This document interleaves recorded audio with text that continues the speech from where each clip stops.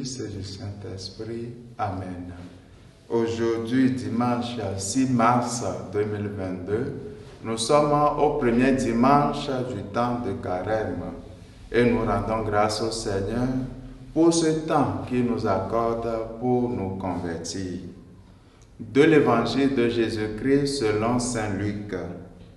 En ce temps-là, après son baptême, rempli d'Esprit Saint, quitta les bords du Jourdain dans l'Esprit, il fut conduit à travers le désert où pendant 40 jours, il fut tenté par le diable.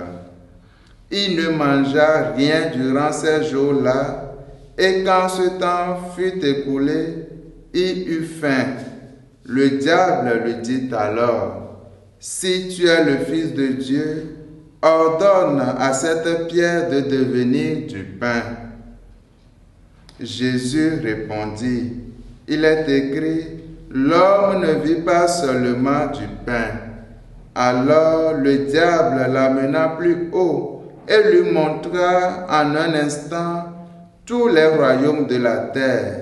Il lui dit, « Je te donnerai tout ce pouvoir et la gloire de ces royaumes, car cela m'a été remis et je le donne à qui je veux.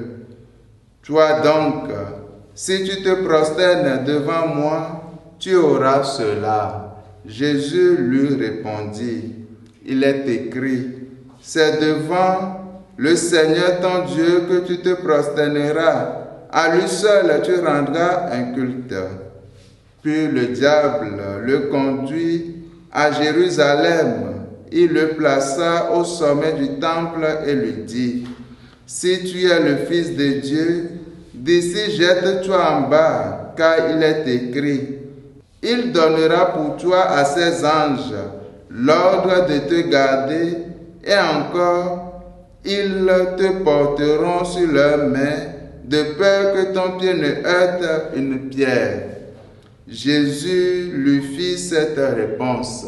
Il est dit, « Tu ne mettras pas à l'épreuve le Seigneur ton Dieu. » Ayant ainsi épuisé toutes les formes de tentation, le diable s'éloigna de Jésus jusqu'au moment fixé. Acclamons la parole de Dieu. Louange à toi, Seigneur Jésus. Frères et sœurs dans le Seigneur, ce dimanche est le premier dimanche du temps de Carême à Nicée.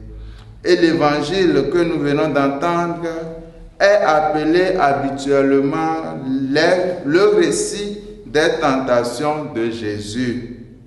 Nous remarquons que par 3 fois de suite, Jésus a été tenté par le diable et à chaque fois, il a gagné. Alors, nous pouvons appeler également cet évangile « Évangile de la victoire du Christ ». Cette victoire du Christ nous révèle l'amour de Dieu qui nous a donné ce Christ pour que nos vies trouvent en lui la source du salut. Pour résister à la tentation, 3 moyens nous sont proposés à travers cet évangile. Le premier, nous sommes invités à écouter Dieu. Le deuxième, nous sommes appelés à avoir une préférence ou la préférence pour Dieu. Et le troisième, nous sommes appelés à avoir une confiance en Dieu. Frères et sœurs, que le Seigneur bénisse sa parole dans nos cœurs aujourd'hui et pour les siècles des siècles. Amen.